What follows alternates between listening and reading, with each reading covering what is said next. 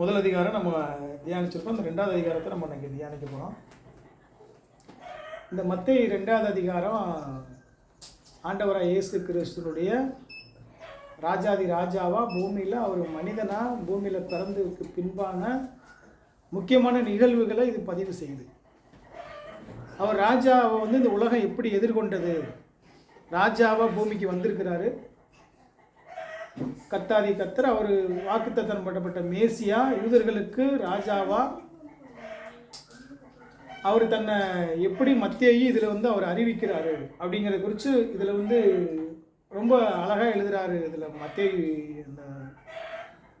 இந்த புஸ்தகத்தை அதில் எழுதும்போது என்னன்னா, இந்த உலகம் இந்த ராஜாவாக வந்திருக்கிற ஆண்டவராக இயேசு கிறிஸ்துவை எப்படி எதிர்கொண்டதுங்கிறதா இந்த சம்பவங்கள். அது 2வது அதிகாரத்தில் பார்த்தீங்கன்னா, முதல் அதிகாரத்தில் நீங்கள் இன்னும் கொஞ்சம் நீங்கள் அதோட கவனித்து போகணும். முதல் அதிகாரத்தில் அவர் எப்படி இருக்கார், ராஜா நிரூபிக்கிறார். எப்படி நிரூபிக்கிறாரு?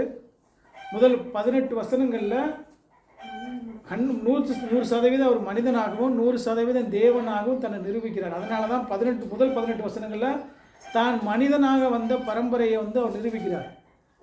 வம்ச வரலாறு தான் யாருங்கிறத மனித வம்சத்தை அவர் சொல்லி மனித பரம்பரையை குறித்து எந்தெந்த ஆபிரகாமிலிருந்து எப்படி வந்தேன் அப்படின்னு சொல்லி அவர் அது கரெக்டாக அந்த அதிகாரங்கள் அந்த பரம்பரை பட்டியலை சொல்லி அதை நிரூபித்து எழுதுகிறார். அது யாருமே எந்த ஒரு யூதனும் அன்றைக்கி வரலாற்றில் இருக்கிற யாருமே மறுக்க முடியாது, இல்லைன்னு சொல்ல முடியாது. அவர் மனிதனாக வந்ததை யாரும் மறுதளிக்க முடியாது. அந்த வரலாறில் இருக்கிற ஒன்று கூட பிள்ளைன்னு சொல்ல முடியாது.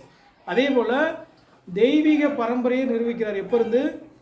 தான் தேவகுமாரன், நான் தேவன், நான் மனிதனாக வந்திருந்தாலும் பரலோகத்தில் எனக்கு என்ன மகிமை, என்ன அதிகாரமும், என்ன வல்லமை இருந்ததோ அதில் ஒரு துளி கூட எனக்கு இங்கே குறைவில்லாமல் அதே மகிமையோடு, அதே கணத்தோடு, அதே வல்லமையோடு அந்த பூமியில் அதே தெய்வீகத்தோடு வந்திருக்கிறேங்கிறதுக்காக தான் அதுக்கு அந்த தெய்வீக பரம்பரை நிரூபிக்கிறார். 19 வசனங்கள் 23 வசனம் வரைக்கும் எப்படி பரிசுத்த ஆவியினால் ஒரு கணவன் மனைவிக்கு பிறக்காமல் கண்ணியின் வயிற்றில் எப்படி ஒரு முன்குறிக்கப்பட்ட தீர்க்கதரிசனம் நிறைவேறுதலாம் அவர் பூமியில் தேவனுடைய குமாரனா பூமிக்கு அவர் வந்தார் அப்படிங்கிறதையும் இந்த 2 காரியங்கள் மூலமாக தேவன் அதை நிரூபிக்கிறார். அதில் நிறைய நிறைய சத்தியங்கள் நம்ம படிச்சிருக்கோம். இப்போ இந்த முதல் அதிகாரத்தில் இப்போ ராஜா அந்த பூமிக்கு மனிதனாக வந்துட்டார். அந்த மனிதனாக வந்த ஆண்டவராக இயேசு கிறிஸ்துவை இந்த உலகம் எப்படி எதிர்கொள்கிறது, அந்த ராஜாவுக்கு உலகத்தில் எப்படி எதிர்ப்பு இருக்குது, யார் கடவுளை ஏற்றுக்கொள்கிறாங்க, எப்படி எதிர்க்கிறாங்க அப்படிங்கிறதெல்லாம் இந்த நிகழ்வுகளில் கடவுள் நம்மளுக்கு வெளிப்படுத்துகிறார். அப்போது இந்த என்ன சொன்னால், பரலோகத்திலேருந்து வந்த ராஜா அவர் தான் நித்திய ராஜா.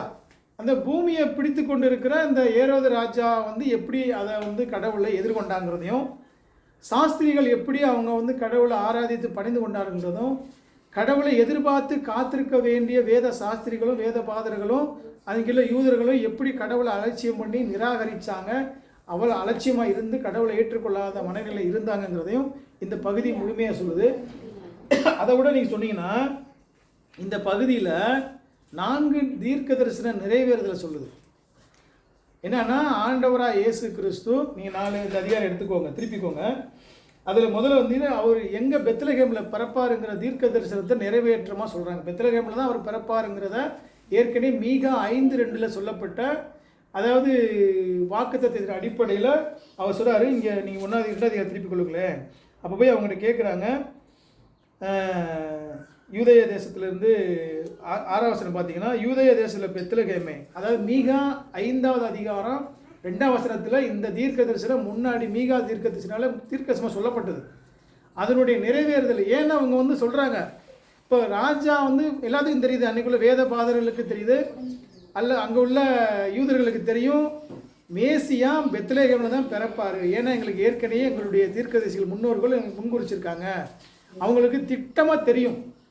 அதன் அடிப்படையில் தான் 6வது வசனம் பார்த்தீங்கன்னா, யூதேய தேசத்தில் பெத்லகேமே, யூதாயாவின் பிரபுக்களை நீ சிறியதல்ல, என் ஜனமாகி இஸ்ரவேலை ஆளும் பிரபு உன்னிடத்திலிருந்து புறப்படும் தீர்க்கதரிசனம் எழுதப்பட்டிருக்கிறது என்றார்கள். அந்த முதல் தீர்க்க தரிசனம் இந்த 2வது அதிகாரத்தில் மட்டும் 4 தீர்க்க தரிசனங்கள் நிறைவேறுது. 4 தீர்க்க என்ன பாருங்க, உங்களுக்கு சுருக்கமாக சொல்லிடுறேன். எகிப்துக்கு என்னென்னா, அதுக்கடுத்து முதல்ல மீகாவில் சொல்லப்பட்ட அந்த தீர்க்க தரிசனம் பெத்லகேமில் தான் இயேசு கிறிஸ்து குமாரனாக பிறப்பார் அப்படிங்கிறாரு. 2வது தீர்க்க தரிசனம் பார்த்தீங்கன்னா, எகிப்திலிருந்து என் குமாரனை வரவழைத்தேன்னு சொல்லி ஓசியா புஸ்தகத்தில் சொல்லப்பட்டிருக்கு. ஓசியா 11:1 என்னன்னா, இவர் ஆண்டவராக இயேசு கிறிஸ்து ஏரோது நாளில் கொலை செய்யப்படுவான்னு அறிந்து எகிப்துக்கு யார் மரியாளும் யோசேப்பும் கூட்டிகிட்டு குழந்தைய கூட்டிகிட்டு எங்கே போகிறாங்க? எகிப்துக்கு போகிறாங்க. எகிப்திலிருந்து அவர் இங்கே பூமி திருப்பி மறுபடி பெத்லகேமுக்கு வரணுங்கிறதுனால எகிப்திலிருந்து என் குமாரனை வரவழைத்தேனுங்கிற தீர்க்க தரிசனம் நிறைவேறுதலாக இந்த அதிகாரத்தில் அதுக்காக அவங்க எகிப்துக்காக கொண்டு போகப்படுறாங்க. 2வது தீர்க்க தரிசனம்.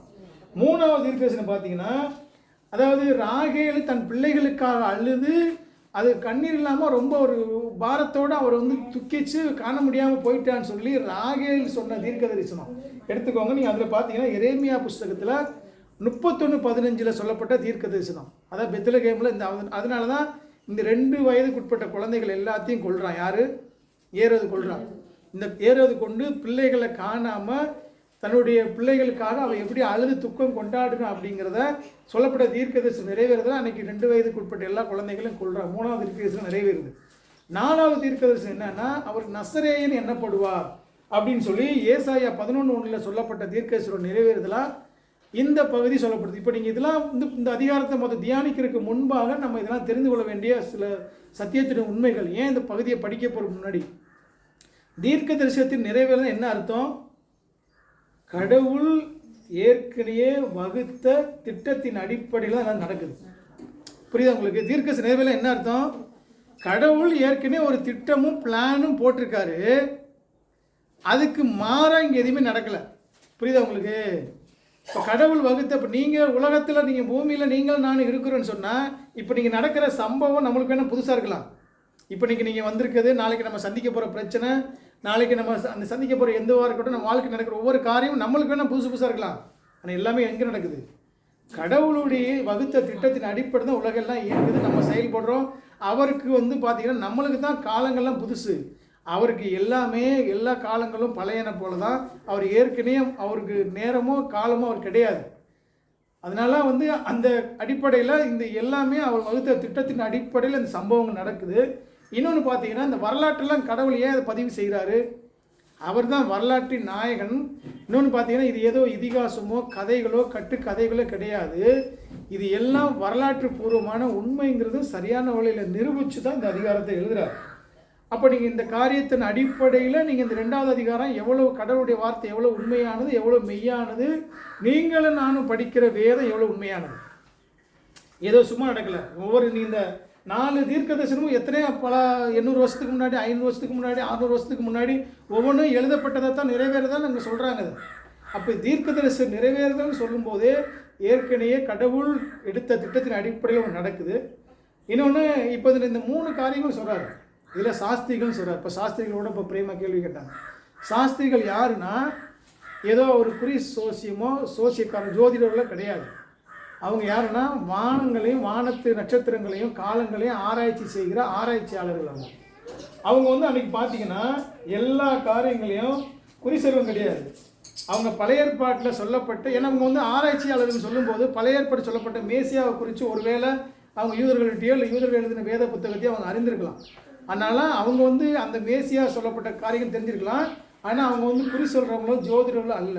கடவுள் வந்து வேதம் எந்த இடத்துலையும் குறி சோசியம் ஜோதிடர் அந்த மாதிரியான இதெல்லாம் கடவுள் அங்கீகரிக்கிறது இல்லை. நம்ம சாஸ்திரிகள் சொல்லும்போது தவறான ஒரு பார்வையில் புரிஞ்சிடக்கூடாதுங்கிறதுக்காக அவங்க வானங்களையும் வான இதில் எல்லாத்தையும் ஆராய்ச்சிடுற ஒரு விஞ்ஞானிகள் அவங்க. அதனால் அவங்க ஒன்று. 2வது பார்த்தீங்கன்னா ஏரோதுங்கிறது யாருன்னு தெரிஞ்சுக்கோங்க. ஏரோது யார்? ஏரோதுங்கிறது யார் முதல்ல நான் சொல்லிடுறேன். ஏரோது யாருன்னா, இந்த அதிகாரத்தை நீங்கள் தியானிக்கிறதுக்கு முன்பாக இதெல்லாம் இந்த கண்ணோட்டத்தின் அடிப்படையில் நீங்கள் தியானிச்சா தான் உங்களுக்கு அந்த அதிகாரத்தில் சத்தியம் புரியும். ஏரோது ஈசாக்கு இருக்கா இல்லையா, ஈசாக்குடைய பையன் 2 பேர் இருக்காங்க இல்லையா, அதில் ஏசாவுடைய வம்சாவளிகள் கடவுளை விட்டு பிரிஞ்சு தூரம் போன ஏசாவுனுடைய சந்ததிகள். ஏரோதுங்கிறவங்க யாருன்னா யாக்கோபுடைய சந்ததி, இஸ்ரவேலாகி அவங்க தான் வந்து வாக்குத்தத்தத்தின் பிள்ளைகள். அந்த கடவுள் ஆசீர்வாதத்துக்கு விட்டு வேணான்னு சொல்லி விலகி போனாலையா ஏசா, அந்த ஏசாவுனுடைய சந்ததியில் வந்தவங்க தான் ஏரோது. ஏரோதுன்னு சொல்லும்போது இந்த ஏரோது யாருன்னா ரோம பேரரசுக்குள்ளே இருக்கிற ராஜா. இப்போ ரோமர்கள் தான் ஆள்றாங்க. அப்போ ஏரோது எப்படி அங்கே ஆட்சி அதிகாரத்தில் இருக்காங்க? நீங்கள் புரியணும். புரியுதா உங்களுக்கு? சொல்ல புரியுதா? ஏன் ரோமர் ஆட்சியில் அங்கே ஏரோது இருக்கான்னா, ஏரோதுக்கு வந்து ஒரு ஏரியா கொடுத்துருவாங்க. இப்போ நீங்கள் வந்து என்னென்னா ஏரோதை நியமிச்சிருக்காரு. இப்போ நான் இந்த நம்ம மதுரை மாவட்டம் ஃபுல்லாக வந்து இப்போ ரோமர்கள் ஆட்சியில் இருக்குன்னு வச்சுருங்களேன். இந்த மதுரை மாவட்டத்தில் மேலூர் பட்டணத்தை என்ன கொடுக்குறாங்கன்னா, அங்கே உள்ள ஒரு ஆள்கிட்ட மொத்தமாக பொறுப்பை கொடுத்துட்றாங்க. எனக்கு வந்து எல்லாமே நீ கணக்கு கொடுத்துடணும், நீ தான் ஆளணும்னு சொல்லி இந்த ஏரியாவில் ஆளக்கூடிய அதிகாரத்தை யார் கொடுத்தா, இந்த எருசலேம் ஆளக்கூடிய அந்த பெத்லகேமில் அவர் யார் ராஜாவாக இருக்கா? ஏரோது இருக்கார். ஏரோது வந்து ரொம்ப கொடுமையானவன்னு சொல்லப்பட்டிருக்கு. அவன் தன்னுடைய ராஜ்யத்தையும் தன்னுடைய பதவியும் காப்பாற்றுறக்கா எல்லா வேலைகளையும் எல்லா எக்ஸ்ட்ரீமும் போவான். சொந்த மனைவியை கொண்டா, 2 சகோதரர்களை கொண்டான்னு சொல்லி அவங்களுடைய வரலாற்று ஆய்வாளர் சொல்கிறாங்க. அது இல்லாமல் அவன் வந்து தன்னுடைய அதிகாரத்துக்காக என்ன வேணாலும் எவ்வளோ கொலைகளும் செய்ய துணிஞ்சவன்னு சொல்கிறாங்க. அவ்வளோ கொடூரமானவன் சொல்கிறாங்க. அந்த நிலையில் இருக்கிறவன் தான் அவன் ஏரோது. இந்த சாஸ்திரிகள் இப்போ இந்த அடிப்படையில் நம்ம இந்த அதிகாரத்தை நம்ம தியானிக்க போகிறோம். ஏன்னா நீங்கள் வந்து இந்த அதிகாரத்தை தியானிக்கிறதுக்கு முன்பாக நம்ம கடவுள் எழுதின அந்த பின்னணியை மனசில் வச்சு இந்த பகுதியை நம்ம தியானிப்போம். அதாவது அதிகாரம் எல்லாமே கடவுள் சரியான வழியில் எப்படிலாம் நியமித்தாரோ அதன் அடிப்படையில் இயங்குகிறதுக்கும் இவங்கெல்லாம் செயல்படுறாங்கிறதும் நம்ம அந்த புரிதலோடு இந்த பகுதியை நம்ம அணுகுவோம். இப்போது இந்த அதிகாரம் படிக்கிறோம். 2 கூட்ட மக்கள் பார்க்குறதுல இந்த அதிகாரத்தை நம்ம தியானிக்கலாம். இப்போது 2 கூட்ட மக்கள் இருக்காங்க. யார் இருக்கா? சாஸ்திரிகள், 2வது ஏரோது. இப்போது சாஸ்திரிகள் என்னன்னா, கடவுளுடைய தேடி அந்த கடவுளுடைய வெளிச்சத்தை கொண்டு அவங்க வந்து கடவுளை பணிந்து கொள்ள வந்தாங்க. அவர் என்ன சொல்கிறாங்க போட்டிருக்காங்க, கவனிச்சோம் இல்லையா? அந்த சாஸ்திரிகள் என்ன சொல்கிறாங்க, கடவுளை வந்து அவங்க என்ன பண்ணுறாங்க, பணிந்து கொள்ள ஆராதிக்க கடவுளை தேடி மகிழ்ச்சியோட சந்தோஷத்தோடு வந்தாங்கன்னு போட்டிருக்கு. ஆனால் ஏரோது என்ன செஞ்சால், கலக்கம் அடைந்தான், பயம் அடைந்தான். அதோட சேர்த்து என்ன பண்ணால் கடவுளுக்கு கொலை செய்ய பார்த்தான். எதிர்த்தான், விரோதித்தான். அதுக்கடுத்து கொலை செய்ய பார்க்குறான்னு சொல்லி நம்ம படிக்கிறோம். இப்போ ஏன் இந்த மனநிலை வந்துச்சு? உங்களுக்கு ஏதாவது புரியுதா உங்களுக்கு? 2 கூட்ட மக்கள் இருக்காங்க, ஒரே குழந்தை தான். ஒரே குழந்தைய குறித்து ஏன் ராஜாதி ராஜாவாக பிறந்த இயேசு கிறிஸ்துவா 2 பேருடைய மனநிலை மாற்றங்கள் ஏன் வித்தியாசம் இருக்குது? ராஜாவாக பிறந்திருக்கிற ஆண்டவராக இயேசு கிறிஸ்துவை சாஸ்திரிகள் வந்து வணங்குறாங்க, பணிந்து கொள்கிறாங்க. தங்களுடைய பரிசுகளையும் பொக்கிஷத்தையும் தூபவர்க்கங்களையும் கடவுள்கிட்ட செலுத்தி சாஷ்டாங்க விழுந்து ஆராதனை செய்கிறாங்க. ஆனால் அதுக்கு நேர்மாறாக ஏரோது கலங்குறான், பயப்படுறான், கொலை நிராகரிக்கிறான், எதுக்குறான், கொலை செய்ய பார்க்குறான். ஏன் இந்த மனநிலைன்னு உங்களுக்கு எதாவது புரியுதா? கரெக்டு. தன்னுடைய அதிகாரம் பறிபோய் இருக்கிற, தன்னுடைய அதிகாரம், தன்னுடைய சிங்காசனம், தன்னுடைய ராஜ பதவி தான் வைத்திருக்கிற அந்த நிலையிலிருந்து நான் வந்து என்னுடைய நிலை பறிபோய்ங்கிற பயம், தன்னுடைய சிங்காசனம் பறிபோயிடுங்கிற அந்த எண்ணம், இதுதான் முழு உலகத்துலேயுமே. அதாவது நம்ம இந்த அதிகாரங்கள்லாம் படிக்கும்போது ஒரு சில வசனங்களை படித்து தான் மறுபடியும் நம்ம தியானிக்கணும். ஒரு ஆள் 1 கொரிந்தியர் 10:11 எழுதுங்க. ஏன் நம்ம இந்த வேதம் எடுக்கிறங்கிறத சரியான புரிதலோடு இந்த பகுதியில் நம்ம அணுகுவோம். 1 கொரிந்தியர் 10:11 1 கொரிந்தியர் 10:11 வேகமாக படிங்க.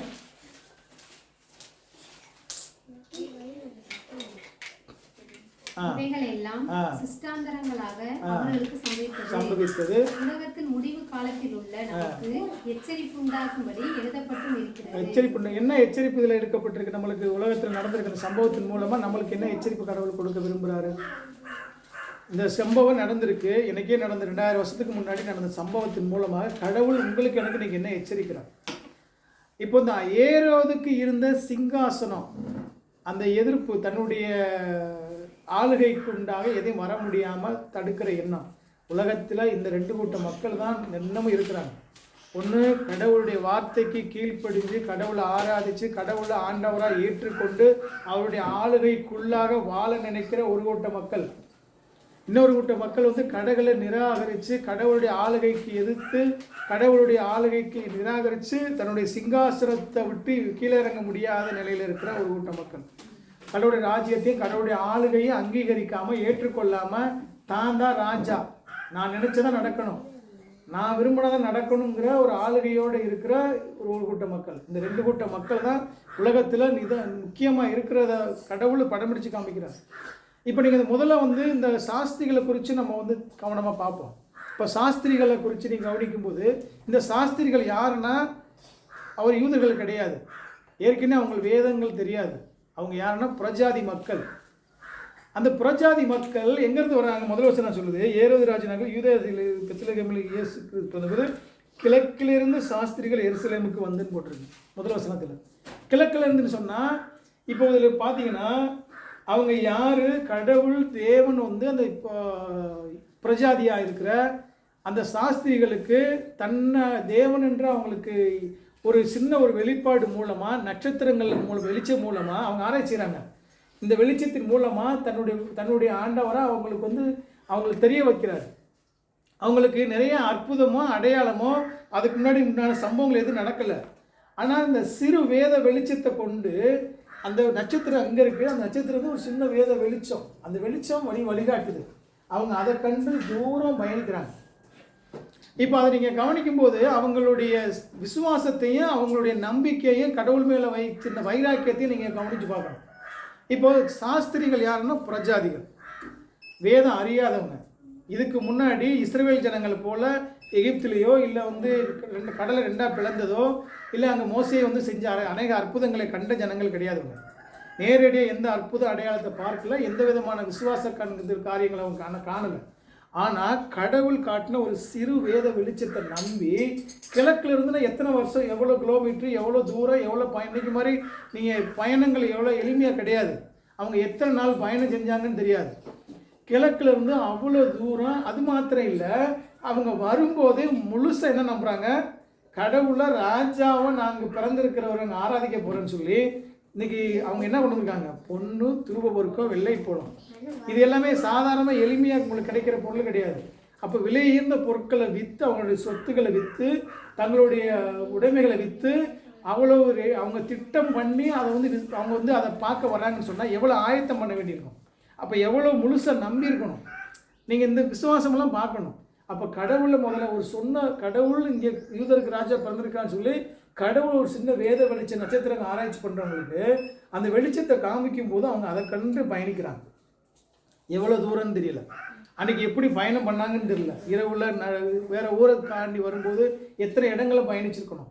அப்போ அவங்களுடைய விசுவாசத்தினுடைய அந்த அளவை பாருங்கள். எவ்வளோ விசுவாசத்தோட, எவ்வளோ வல்லமையோட, எவ்வளோ ஒரு அந்த வைராக்கியத்தோட கடவுளை தேடி வந்திருக்கிற விசுவாசம் இன்னைக்கு உங்களுக்கு எனக்கு இருக்கா? நம்ம கொஞ்சம் இடப்பட்டு பாருங்கள். இன்றைக்கி உங்களுக்கு எனக்கும் எவ்வளோ வேதம் இருக்குது. இன்றைக்கி உங்களுக்கு எனக்கு எவ்வளோ வேத சத்தியங்கள் நம்ம படிக்கிறோம். பழைய ஏற்பாட்டு புஸ்தகம் நம்மளுக்கு முழுசாக இருக்குது, புதிய ஏற்பாடு முழுசாக சொல்லப்பட்டு ஆண்டவராக இயேசு கிறிஸ்து வரப்போகிறான்னு சொன்ன தீர்க்கதரிசனம் சரி, அது நிறைவேறினதாக இருக்கட்டும். அவர் ஆண்டவராக இயேசு கிறிஸ்து உங்களுக்காக எனக்காக சிலுவையில் செய்து முடித்த மகத்தான அந்த மீட்பின் திட்டமாக இருக்கட்டும், எல்லாவற்றையும் அறியக்கூடிய பாக்கியத்தையும் அவ்வளவு அற்புத அடையாளங்களையும் வாசிக்கக்கூடிய கிருபையும் கடவுளுடைய வார்த்தையை அனுதினமும் கேட்கக்கூடிய பாக்கியத்தையும் உங்களுக்கு எனக்கு கொடுக்குறார். நீங்கள் நானும் கடவுள் யாருன்னு சொல்லி தெளிவாக அவர் தான் பராக்கிரமுள்ள தேவன் சொல்லி நம்மளுக்கு தினமும் அறிவுறுத்துறார், கையில் வேதத்தை கொடுத்து. இவ்வளவு வேத வெளிச்சத்தினுடைய முழுமையான பூரணமும் நம்ம கையில் கிடைச்சதுக்கு பின்னாடியும் இந்த சாஸ்திரிகளுக்கு உண்டான விசுவாசமும் வைராக்கியமும் உங்களுக்கு எனக்கு இருக்கா? நம்ம யோசிச்சு பார்க்க வேண்டிய முக்கியமான ஒரு சத்தியம். ஏன்னா அவங்க கடவுளை விசுவாசிக்கிற என்பது சாதாரண நிகழ்வுலாம் கிடையாது. எவ்வளவு தடைகள் வந்தாலும் அவங்க பயணிக்கும் போது, அவங்க பயணம் பண்ணும்போது எவ்வளோ தடை வந்திருக்கணும், எவ்வளோ இடைஞ்சல் வந்திருக்கணும். இன்றைக்கி மாதிரி எவ்வளோ எளிமையெல்லாம் அவங்க பிரயாணம் பண்ணியிருக்கலாம் முடியாது. அவங்க எல்லாத்தையும் தாண்டி முழுமையாக வைராக்கியத்தோடு எவ்வளவு ஒரு உண்மையோடு கடவுளை தேடி வந்திருக்காங்கிறத நீங்கள் உண்மையாக சிந்திச்சு பார்க்கணும். இப்போ சிந்திச்சு பார்க்கும்போது இப்போ எனக்கு என் வாழ்க்கையில் ஒரு சின்ன சின்ன காரியங்கள் கடவுளை எப்படிலாம் நான் மறுதளிக்கிறேன், கடவுளை எந்தெந்த காரியங்களெல்லாம் நான் கடவுளை விட்டு விலகி ஓடுறேன் அப்படிங்கிற நீங்கள் ஒவ்வொரு காரியத்தை நீங்கள் சிந்திச்சு பாருங்கள். சாஸ்திரிகளோடு ஒப்பிட்டு பாருங்கள். சாஸ்திரிகளுக்கு இருந்த விசுவாசமும் உங்களுக்கு எனக்கு இன்றைக்கி அந்த விசுவாசம் சின்ன அவமானம், சின்ன ஒரு பிரச்சனை, சின்ன ஒரு போராட்டம்னா நீங்கள் கடவுளை மறுதளிக்கக்கூடிய எத்தனை காரியங்களுக்கு உங்கள் வாழ்க்கையில் எவ்வளோ இருக்குது. எதுவாக இருந்தாலும் முதல்ல நம்ம நிராகரிக்கிறது கடவுளுடைய சத்தியமும் கடவுளுடைய காரியத்தை நம்ம நிராகரிக்கிறோம். முதல் என்னுடைய சுயம் எல்லாம் மேலோங்க முதல்ல நம்ம சிந்திக்கிற அதே காரியம்தான் கடவுளுடைய. அவர் சுண்ணம் சொல்லும்போது பார்த்தீங்கன்னா இதை வெளிப்படுத்துறது யாருக்கு வெளிப்படுத்துறாரு? யூதர்களுக்கு வெளிப்படுத்தலை, பிரஜாதிகளுக்கு தன்னை வெளிப்படுத்தியிருக்கிறார். அப்போ தேவன் யார்? யூதர்களுக்கு மாத்திரமல்ல முழு தேசத்திற்கும் தான் கடவுளுங்கிறத அவங்களுக்கும் அதை வெளிப்படுத்துறாரு. அதோட தேசத்தின் இன்னொன்று பார்த்தீங்கன்னா அவர் சொல்லும்போது உங்களை என்னையும் அவர் என்ன சொல்ற எல்லா இடங்களையும் என்ன அவர் யாரெல்லாம் அதே நேரத்தில் கடவுளை பாருங்க, தொடர்ந்து பாருங்க, என்ன பிரச்சனை இருக்கும்போதும் கடவுளை அவங்க தேடிட்டே இருக்காங்க. விசுவாசம் என்பது எவ்வளோ ஈஸியான காரியம் இல்லைங்கிறத இந்த சாஸ்திரிகள் நம்மளுக்கு தெளிவாக சொல்கிறாங்க. அதாவது தன்னை முழுமையாக யாரெல்லாம் தேடுறோமோ, நம்ம யாரெல்லாம் உண்மையாக கடவுளை விரும்புகிறோமோ, கடவுளை யாரெல்லாம் உண்மையாக விசுவாசிக்கிறோமோ அவங்களுக்கெல்லாம் தன்னை வெளிப்படுத்துகிறவா இருக்கிறான்னு சொல்லி தான் இந்த சாஸ்திரிகளுடைய காரியத்திலையும் உங்கள் வாழ்க்கையிலையும் எனக்கு கொடுக்குற உண்மையான காரியம். இப்போ அவங்க எங்கே இருந்தாங்க? புறஜாதி மக்கள் தமது கிருபையினால் தன்னை விளங்க பங்குறாரு. அதே வந்து பார்த்தீங்கன்னா கிழக்கத்திய அந்த புத்திரரையும் அந்த இருக்கிற ஞானிகளையும் நட்சத்திரத்தை கொண்டு அழைத்த தேவன் பாவிகளாக உங்களுக்கு எனக்கு அவர் எப்படி அனுப்புகிறாரு? நீங்களும் நானும் கடவுளை விட்டு எவ்வளோ தூரத்தில் இருந்தாலும் கிறிஸ்துவை நோக்கி ஓடி வருகிற மிகப்பெரிய பாக்கியத்தை தொடர்ந்து உங்களுக்கு எனக்கு அழைப்பு கொடுத்து கொண்டே இருக்கிறோம். ஓடி வரக்கூடிய அந்த கிருபையை நம்மளுக்கு தொடர்ந்து கொடுத்து கொண்டே இருக்கிறோம். நம்ம எவ்வளோ உதாசீனம், எவ்வளோ இன்னைக்கு கீழ்ப்படியாமல், எவ்வளோ முரட்டாட்டம் பண்ணி, எவ்வளோ நம்ம கொடுத்து போன இருதயத்தோட கடவுளை எதிர்த்து நிராகரிக்கிறங்கிற காரியத்தை சிந்திச்சு பாருங்கள். எந்தெந்த காரியத்தில் அசட்டை பண்ணுறோம், எதில் நம்ம அசகரியம் பண்ணுறோம், கடவுளுக்கு கொடுக்க வேண்டிய முக்கியத்துவத்தை எந்தெந்த காரியத்தில் நம்ம தடை செஞ்சு நம்ம எதில் நம்ம வந்து நம்மளுடைய சுயத்துக்கும் நம்மளுடைய சுய காரியங்களுக்கும் அதிக முக்கியத்துவம் கொடுக்குறோங்கிறது நம்ம சிந்திச்சு பார்க்கணும். அவங்க என்ன பண்ணுறாங்க? அந்த சாஸ்திரிகளுடைய விசுவாசத்தோடு பாருங்கள், அவங்க வர்றாங்க. நீங்கள் கொஞ்சம் கவனமாக அந்த சாஸ்திரிகளை சிந்திச்சு பாருங்கள். சாஸ்திரிகள் வர்றாங்க, கடவுளுடைய திட்டமும் பாருங்கள். அந்த சுவிசேஷம் வந்து முதல்ல வந்து கடவுள் எப்படி கொண்டு வராங்கன்னு கவனிச்சு பாருங்கள். சாஸ்திரிகள் வர்றாங்க, வந்து என்ன பண்ணுறாங்க? அங்கே குழந்தையாக இருக்கும்போது எப்படி இருந்தார்? அவர் ராஜாவாக இருந்தாரா? ராஜா சிங்காசனில் இருந்தாரா? அவர் எப்படி ஒரு குழந்தையை அவங்க அங்கீகரிக்க முடியும்? சாதாரண ஒரு குழந்தைய போல் தன்னுடைய தாயிட்ட வந்து அடுத்த வேளை உணவுக்காக ஏங்கி இருக்கிற ஒரு குழந்தை, ஒரு பலவீனமுள்ள ஒரு குழந்தை போல தானே அவர் சாதாரண எளிமையாக தான் இருந்தார். ஏதோ வித்தியாசமாக ஏதோ அந்த கடவுள் மகிமை நிறைந்த வித்தியாசமெல்லாம் இல்லை. ஒரு எளிமையான வீட்டில் சாதாரண ஒரு குடும்பத்தில் ஒரு குழந்தையாக இருக்கிறவரை பார்த்து அவங்க எப்படி அதை ராஜான்னு அவங்க அதை விழுந்து வணங்க முடியும்? யோசிச்சு பார்த்துருக்கீங்களா? அந்த விசுவாச கண்களால் சாதாரண குழந்தையை அவங்க எப்படி பார்த்தாங்க? தேவாதி தேவனையும் தேவனுடைய மகிமையும் கண்டாங்க. அதான் விசுவாச கண்கள். தன்னுடைய அழைத்த தேவன் மேலே வைக்கிற விசுவாசம். இன்றைக்கி நம்ம ஒவ்வொரு காரியத்திலையும் எவ்வளவு பின்வாங்குகிறோம், எவ்வளோ முறுமுறுக்கிறோம், எவ்வளோ காரியத்தில் நம்ம வந்து முரட்டாட்டம் பண்ணுறோம். ஆனால் இந்த விசுவாசத்தை நம்ம சிந்திச்சு பார்க்கணும். அவங்க இந்த எளிமையாக இருந்த சாதாரண கண்களை இருந்தபோது அவங்க என்ன பண்ணுறாங்க? சாதாரண குழந்தைய அவங்க பார்த்து அவங்க தேவாதி தேவனை விசுவாசிக்கிறாங்க எளிமையான வீட்டில். ஆனால் ஆண்டவராக இயேசு கிறிஸ்து அதில் பார்த்து என்ன பண்ணாங்க? அந்த வசனத்தை படிங்க ஒரு ஆள், வசனம் வாசிங்க ஒரு ஆள். அந்த வீட்டுக்குள்ளே 11 வசனம் பாருங்கள். 11 வசனம் ஒரு ஆள் வாசிங்க, நான் படிக்கிறேன் பாருங்கள். அவர்கள் அந்த வீட்டுக்குள் பிரவேசித்து பிள்ளையையும் அதன் தாயாகிய மரியாளையும் கண்டு சாஷ்டாங்கமாய் விழுந்து அதை பணிந்து கொண்டு தங்கள் பொக்கிஷங்களை திறந்து பொன்னையும் தூப வர்க்கத்தையும் வெள்ளைப்பழத்தையும் அதற்கு காணிக்கையாக கொடுத்தார்கள். அதில் பார்த்தீங்கன்னா 11 வசனத்தில் அந்த குழந்தைய பார்த்து அவங்க யார் வணங்கினாங்கன்னு போட்டிருக்கு. அவர் வீட்டுக்குள்ள போய் பிள்ளையையும் அதன் தாயாகிய மரியாதையும் கண்டு சாஷ்டாங்கம் இருந்து அதை பணிந்து கொண்டார்கள்னா யாரை பணிந்து கொண்டாங்க? குழந்தையை தான் பணிந்து. அதைன்னா அவங்க வந்து குழந்தையை தான் பணிந்து கொண்டாங்க. அந்த மரியாதையோ யோசேப்பையோ பணிந்து கொள்ளலை. குழந்தையாக இருந்தால் ஆண்டவராக இயேசு கிறிஸ்துவை தான் பணிந்து கொண்டாங்க. இன்றைக்கி உங்களுக்கு எனக்கும் கடவுள் சொல்கிற முக்கியமான காரியம்னா ஆராதனை ஆண்டவராக இயேசு கிறிஸ்துக்கு மாத்திரம்தான். இன்றைக்கி நீங்கள் எத்தனையோ காரியங்கள் இன்றைக்கி ஆராதனைகளாக எங்கெங்கேயே போய்கிட்டு இருக்குங்கிறத நீங்கள் சிந்திக்கணும். இந்த காரியத்தில் அவங்க சாஷ்டாந்தமாக விழுந்து அவ்வளோ பெரிய ஞானிகள் ஆராய்ச்சி செஞ்சவங்க சொல்லப்பட்டவங்க உலகத்தினால மேன்மையாக எண்ணப்பட்டவங்க அவங்க. ஆனால் அந்த குழந்தையாக இருந்தால் ஆண்டவராக இயேசு கிறிஸ்துவ மாத்திரம்தான் பணிந்து கொண்டாங்க. மரியாதையோ யோசேப்பையோ அந்த குடும்பத்தில் இருக்க யாரையோ அவருக்கு பணிந்து கொள்ளது. இன்றைக்கி ஆராதனைங்கிறது ஆண்டவராக இயேசு கிறிஸ்துக்கு மாத்திரம்தான். மற்ற நீங்கள் காரியங்கள் செய்கிற உங்கள் சுய ஆராதனையோ சுய இஷ்டமான ஆராதனையோ உங்கள் விரும்பின ஆராதனையோ கிடையாதுங்க. ஆராதனை கடவுளுக்கு ஆண்டவராக இயேசு கிறிஸ்துக்கு கொடுக்குற மகிமையும் கனமும் மாத்திரம்தான் ஆராதனை. அதை தான் அவங்க திரும்ப திரும்ப எல்லா இடத்துலையும் தங்களை தாழ்த்தி முழுமையாக அர்ப்பணித்து ஆண்டவராக இயேசு கிறிஸ்து கீழ்ப்படிந்து சாஷ்டாந்தமாய் விழுந்து கடவுளை பணிந்து கொண்டான்னு சொல்கிறோம். ஏன்னா அவங்க என்ன சொல்கிறாங்க? உங்களுக்கு எனக்கு எவ்வளவு காரியங்களை நம்ம வந்து என்னென்ன காரியங்கள் நம்ம வந்து கடவுளை வருவதற்கு எவ்வளோ பிரச்சனை இருக்குது, அறிவு இன்னைக்கு இருக்கிற இல்லைங்களா, ஞானம் இருக்கிறனால எவ்வளோ நம்ம தலக்கணம் இருக்குது. நம்ம ஆண்டவராக இயேசு கிறிஸ்துவில் நம்ம வர்றதுக்கு முன்னாடி என்னென்ன நம்ம மேன்மையான காரியங்கள் நம்மளுக்குள்ள சிந்தனைகள் இருக்குது கடவுள்கிட்ட வர்றதுக்கு முன்னாடி. ஆனால் கடவுளை தேடுறதுக்கு தன்னை தாழ்த்தி தன்னை முழுமையாக கீழ்ப்படிஞ்சு கடவுள் சமூகத்தில் முழுமையாக சிலுவையின் பாதத்தில் எல்லா விதமான பெருமையும் எல்லா அழுக்கையும் இறக்கி வச்சுட்டு தேவ சமூகத்தில் கடவுளுக்கு முன்மா சாஷ்டாங்கமாக விழுந்து நம்ம பணிந்து கொள்ள அழைக்கப்பட்டிருக்கோம். ஏன்னா அவர் மாத்திரம்தான் நித்திய ராஜான்னு சொல்கிறாங்க. மறுபடி அவங்க எல்லா இடங்களையும் பார்த்தீங்கன்னா சாஸ்திரிகள் வந்து தன்னுடைய அவங்கள பொறுத்தளவுக்கு அவங்க எத்தனையோ காரியங்கள் வந்து ராஜாட்ட சொல்லியிருக்கலாம், ராஜாட்ட கேட்டிருக்கலாம், அவங்களுக்கு எவ்வளோ ஞானத்தை போதிச்சிருக்கலாம். ராஜா நம்புகிறான். ராஜா என்ன சொல்கிறான், இவர் சாஸ்திரிகள் வந்து சொன்ன இவர் தான் ராஜா இங்கே பிறந்திருக்கான்னு சொன்னோடனே அவன் வந்து உடனே பார்க்குறான். உடனே அங்கே இருக்கிற வேத பொருளை கூப்பிட்டு ஆராய்ச்சி பண்ணுறான். ஆராய்ச்சி பண்ணி கன்ஃபார்ம் பண்ணுறான், நம்புகிறான். அப்போ சாஸ்திரிகள்கிட்ட வந்து அவன் திட்டமாக விசாரிக்க, அந்த விசாரணைகள்லாம் படித்து பார்த்தா திட்டமாக விசாரித்துன்னு போடுது நிறையா. அப்போ எல்லாத்தையும் கன்ஃபார்ம் பண்ணுறாங்கன்னா அவங்க சொன்ன அப்போ எவ்வளோ அவங்களுக்கு எல்லாம் தெரிஞ்சு அவங்க மேலே எவ்வளோ கனத்தோடு அவங்களை எவ்வளோ மதித்து அவன் சொல்கிறதெல்லாம் நம்புகிறாங்கிறத பாருங்கள். அப்போ அவ்வளோ கனமும் மகிமையும் நிறைந்த அந்த சாஸ்திரிகள் கடவுளுக்கு முன்பாக சாஷ்டாங்கமாக விழுந்து பணிந்து கொண்டாருன்னு சொல்லும்போது தங்களை எவ்வளவாக நீங்கள் ஆண்டவர் சமூகத்தில் அவர் தான் எல்லா நேரத்திலும் நித்திய ராஜா, அவர் மாத்திரம்தான் கடவுள், அவர் மாத்திரம்தான் ஆண்டவர், அவர் மாத்திரம் தேவாதி தேவனும் தன்னுடைய விசுவாச கண்களால் முழுமையாக அவங்க நம்பினதுனால விசுவாசத்தினால எல்லா பிரயாசத்தோடு எல்லா போராட்டத்தோடு வந்திருந்தும் அந்த குழந்தையாக இருந்த அந்த சாதாரண குழந்தையாக இருந்த ஆண்டவராக இயேசு கிறிஸ்துவ அவங்க தேவாதி தேவனாக பார்த்து மகிமை நிறைந்தவரா ராஜாதி ராஜாவா கண்டு சாஷ்டமாக விழுந்து பணிந்து கொண்டான்னு பாருங்க. இந்த சாஸ்திரிகளை போல நீங்கள் வந்து இன்னைக்கு ஒவ்வொரு காரியத்திலும் நம்ம என்னென்ன காரியத்தை நம்ம நினைக்கிறோம், அவர் தான் நம்ம விடுவிக்க வந்த ராஜா, என்னை மீட்க வந்த ரட்சகர், அவர் தான் என்னை ஆண்டவருங்கிற எந்தெந்த காரியத்தில் நம்ம அங்கீகரிக்கிறோம், எந்தெந்த இடத்துல நம்ம நிராகரிக்கிறோங்கிறது நம்ம கொஞ்சம் கவனமாக நம்ம வாழ்க்கையில் சிந்திச்சு பார்க்கணும். ஏசாயா சொல்லும்போது 9:6-7 படிச்சிங்கன்னா அவர் ஆலோசனை கர்த்தர், நித்திய பிதா, சமாதான பிரபு, அவர் தான் நித்திய ராஜான்னு சொல்கிறார். அவர் எல்லா அதிகாரமும் அவரோட நாமம் மகிமையான நாமம்னு சொல்கிறார்.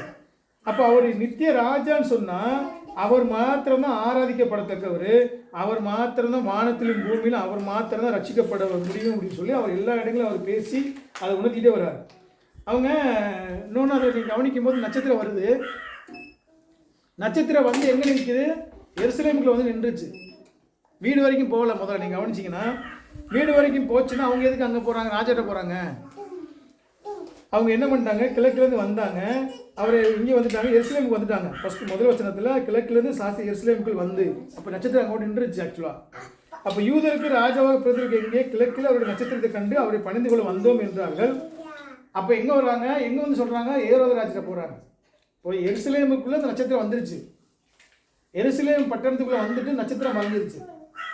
வந்தது பின்னாடி அவங்களுக்கு வந்து அப்போ எங்கே ராஜானா எங்கே இருக்கணும், ராஜா எங்கே பிறப்பார், ராஜா வீட்டுக்கு தான் பிறப்பாங்க. ராஜானா ராஜா வீட்டுக்கு தான் பிறப்பாங்க அப்படின்னு சொல்லி அவங்க யார்கிட்ட போகிறாங்க, ராஜா வீட்டுக்கு போகிறாங்க.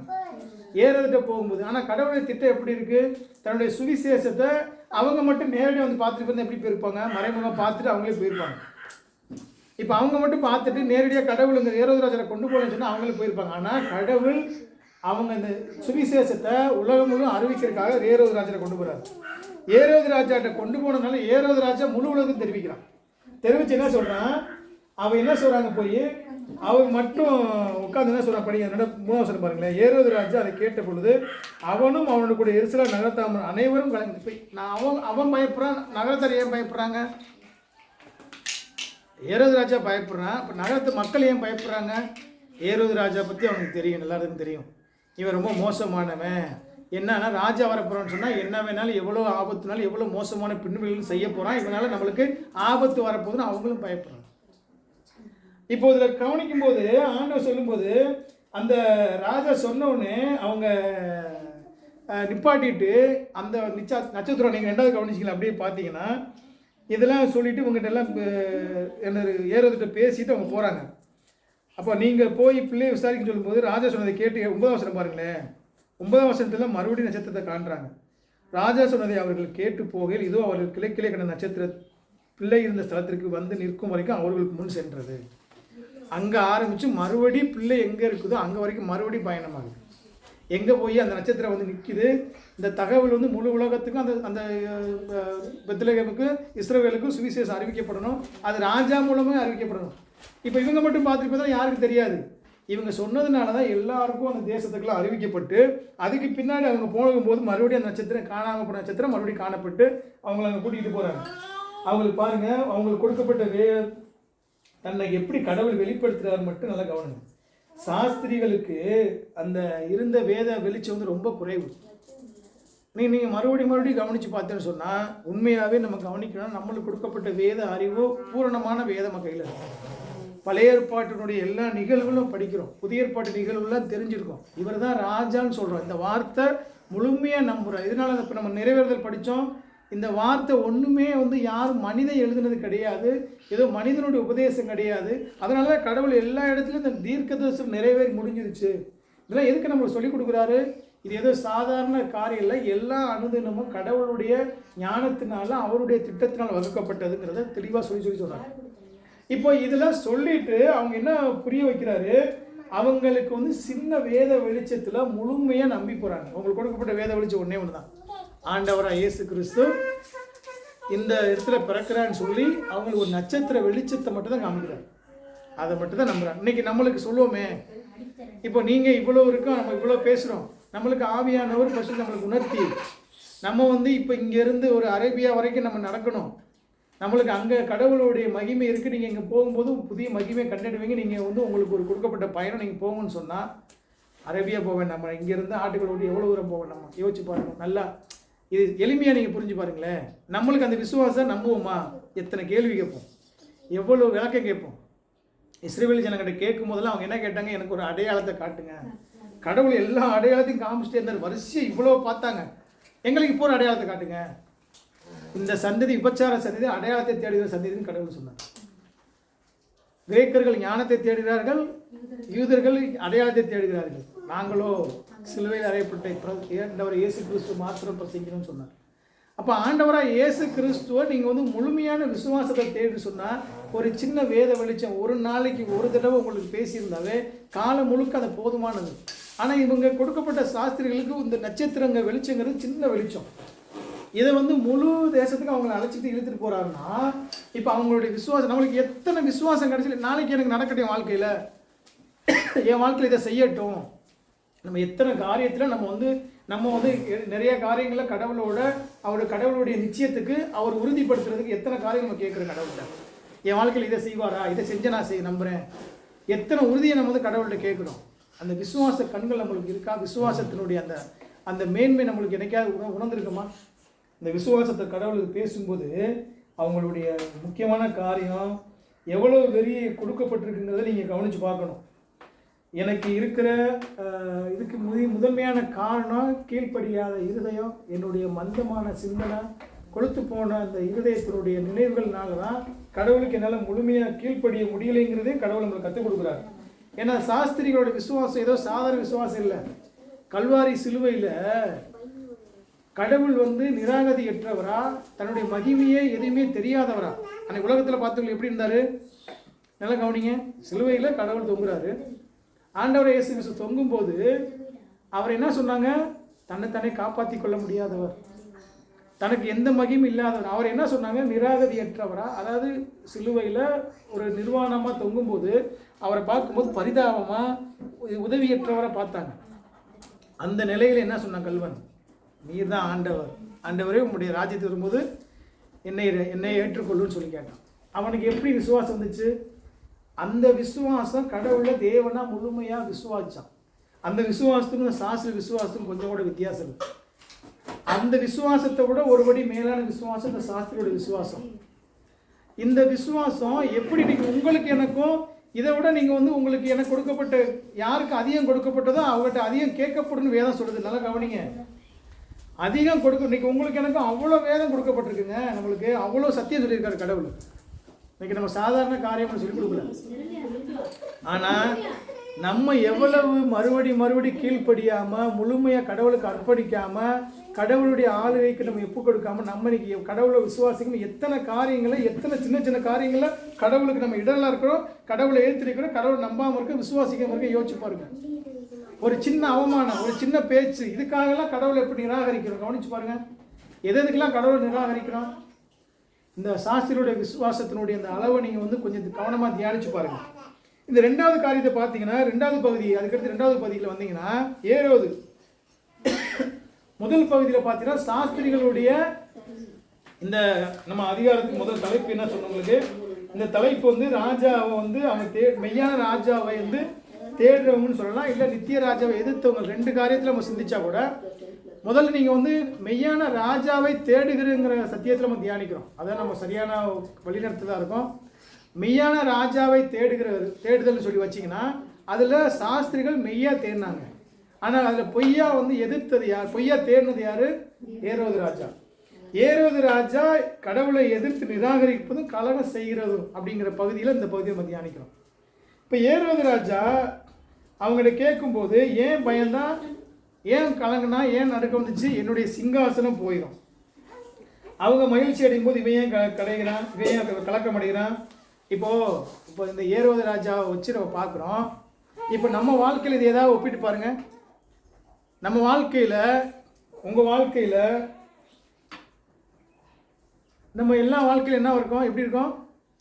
நம்மளுக்கு ஒரு சிங்காசனம் போட்டிருக்கோம், பெரிய சிங்காசனம் வச்சுருக்கோம். நம்ம அந்த சிங்காசனத்தை யாருக்கு விட்டு கொடுக்குறதே இல்லை. என்னுடைய ஆளுகையை நான் ராஜாவா, நீங்கள் மனசுக்குள்ள நீங்கள் ஏறதை போல, நீங்கள் சாஸ்திரிக்க போல நம்ம இல்லை. இன்னைக்கு ஏறதை போல நம்ம எல்லா நிலைகளும் ஒரு ராஜாதி ராஜாவா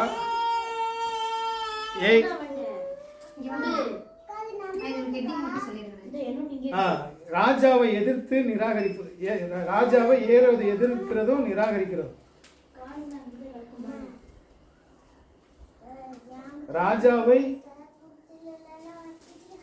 ராஜாவாக இயேசு கிறிஸ்துவை ஏறுவது நிராகரிக்கிறதும் எதிர்க்கிறதும்.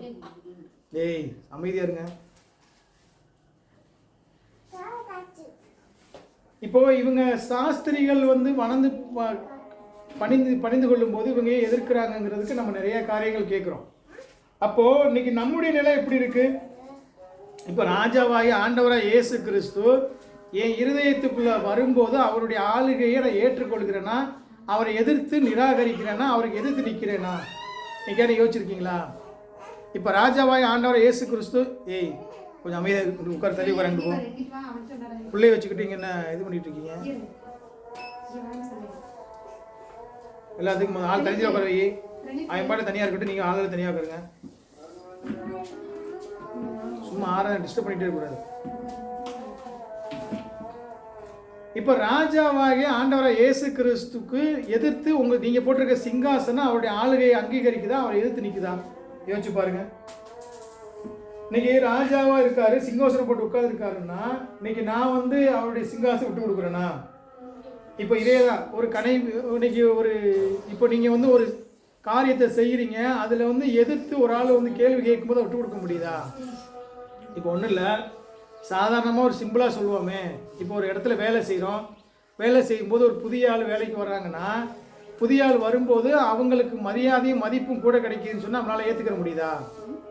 ஒரு புதுசாக நம்ம 5 வருஷம் வேலை பார்க்குறோம், 5 வருஷம் வேலை பார்க்கும்போது ஒரு புதுசாக ஒரு ஆள் வேலைக்கு வர்றாங்கன்னா, அந்த வேலைக்கு அவங்களுக்கு நல்ல மதிப்பு, நிறைய பெருமையும் அவங்களுக்கு உண்டான அங்கீகாரம் கிடைக்கும்போது நம்மளால் சமாதானமாக ஏற்றுக்கொள்ள முடியுமா?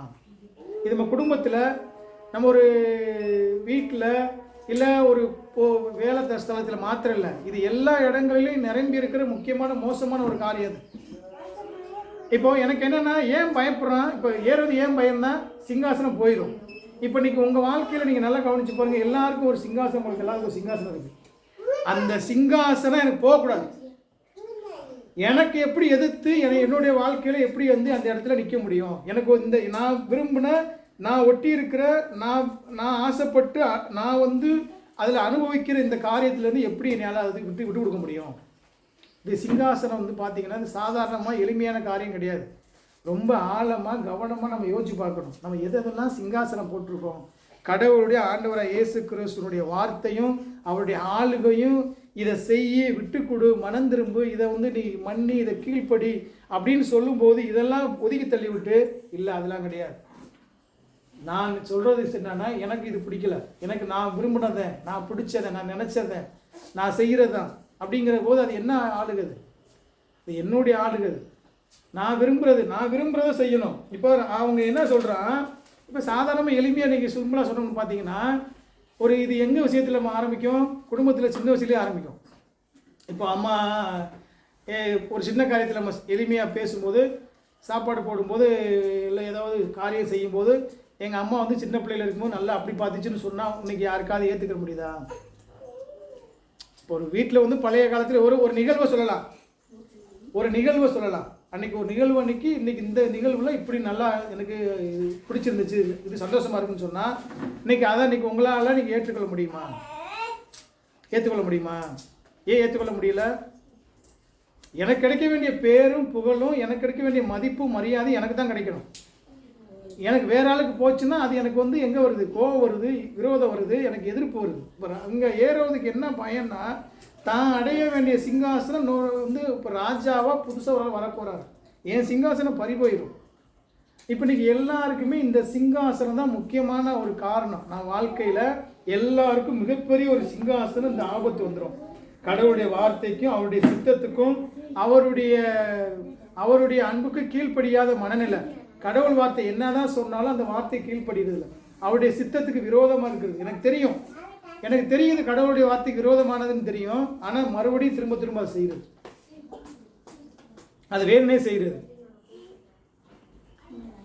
அது என்னன்னா எனக்கு நான் விரும்பியிருக்கேன், நான் நினச்ச மாதிரி தான் நடக்கணும், நான் விரும்பின மாதிரி தான் நடக்கணும். என் சிங்காசனம் போயிடக்கூடாது.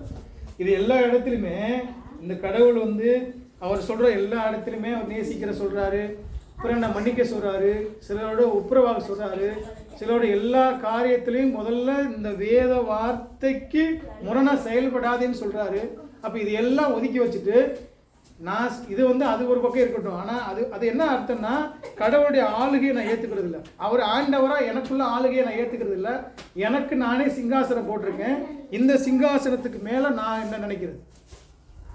கடவுளுடைய சிங்காசனத்தை நான் ஏற்றுக்கொள்றது இல்லை, அவருடைய ஆளுகையை நான் ஏற்றுக்கொள்றது இல்லை. அவர் ராஜாதி ராஜாவா, அவர் என்னுடைய வாழ்க்கையில் அவர் கடவுளா ஆண்டவரா நான் ஏற்றுக்கொள்ளாமல் அவரை எதிர்த்து நிராகரிக்கிறது, அவரோட கலகம் பண்ணுறது, அவரை நிராகரிக்கிறதுனுடைய விளைவு தான். எப்படி ஏற்றுக்கொள்ள முடியும்? இதுதான் இன்னைக்கு வந்து வாழ்க்கையில் ஒவ்வொரு நாளையும் ஒவ்வொரு நிலையும் ஒரு வாழ்க்கையை அவங்க அழிக்கிற எந்த எக்ஸ்ட்ரீமுக்கு போகும். கடவுளுடைய சித்தத்துக்கும் அவருடைய வார்த்தைக்கு விரோதமாக இந்த காரியம் வந்து எந்த எக்ஸ்ட்ரீமுக்கு போகும். நல்லா பார்த்தீங்கன்னா இப்போ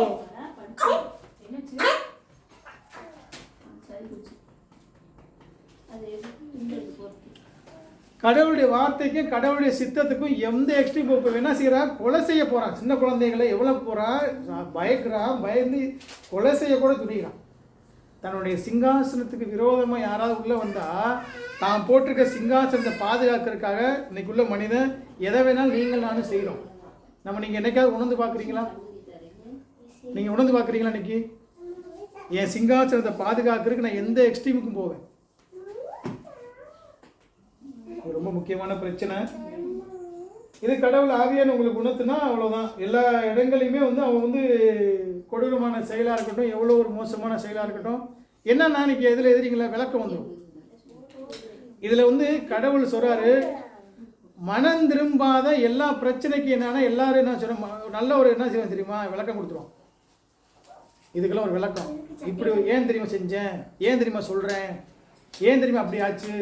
இதுக்கு தப்பான வசனங்களை தப்பான ஒரு வேதத்திலேருந்து நம்மளே எடுத்துக்கிறோம்.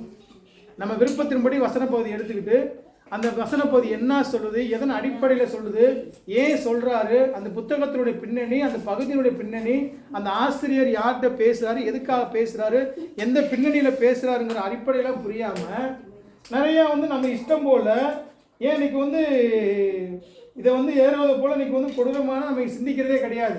அதுதான் மிகப்பெரிய மோசமான தந்திரமே. இன்னைக்கு நான் சிந்திக்கிறதில்ல, யோசிக்கிறது இல்லை, யோசிக்காமல் என்னுடைய இஷ்டத்துக்கு ஏற்றபடி நான் வளைச்சி பார்த்துக்கிறது.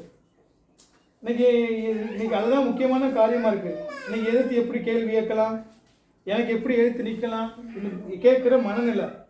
தங்களுக்கு தாங்களே தெரியாமல் ஒரு பெரிய சிங்காசனத்தை போட்டுக்கிட்டது இல்லாமல் அந்த சிங்காசனத்தை பாதுகாக்கிறதுக்காக எந்த எக்ஸ்ட்ரீமுக்கும் போகக்கூடிய மனநிலை தான் இன்றைக்கி இருக்குது. இன்றைக்கி இந்த ஒரு உதாரணம் சொல்லுவோமே, இப்போது ஏன் வந்து வசன பகுதியில் எங்கெங்கே எடுக்கக்கூடாதுன்னு சொல்கிறோம். ஒரு பகுதி வசனம்னா இப்போ நம்ம நிறைய வசனம் சொல்லுவோம். நீங்கள் இந்த உபாகமம் எடுத்திங்கன்னா நிறைய பேர் என்ன பண்ணுவாங்க தெரியுங்களா, மக்கள் அதிகமாக கோட் பண்ணுற இடம் பார்த்தீங்கன்னா உபாகமம் 28 அதிகாரத்தில் 1-15 உள்ள வசனங்கள் முக்கியமான வசனம். என்ன வசனம் தெரியுங்களா, அவர் இஸ்ரவேல் ஜனங்களுக்கு ஆசீர்வாதமாக வாக்குத்தத்தம் பண்ண வசனம் ஒரு 15 வசனங்கள் இருக்கும். வாளாகாமல் தலகாயவாய், ஆசீர்வதிப்பேன், உன்னை பேரு பண்ண செய்வேன், எதிரிகளை முன்னாடி உன்னை வந்து நான் சந்தோஷம் வாழப்பி நிறைய அவர் ஆசீர்வாதங்களை கொடுப்பார். அந்த அந்த வசனங்கள் எதுக்காக, என்ன நோக்கத்தில் கடவுள் பேசுனான்னு முதல் நீங்கள் புரியுதா? இஸ்ரவேல் ஜனங்கள் வந்து எகிப்து தேசத்துலேருந்து அடிமைப்பட்டு வனாந்தரத்தில் வந்தவங்க இப்போ யோசுவாவுடைய காலத்தில் அவ கையில் போகிறாங்க. கடைசியில் வந்து மோசே அவங்களுக்கு ஞாபகம் ஊட்டுறார்.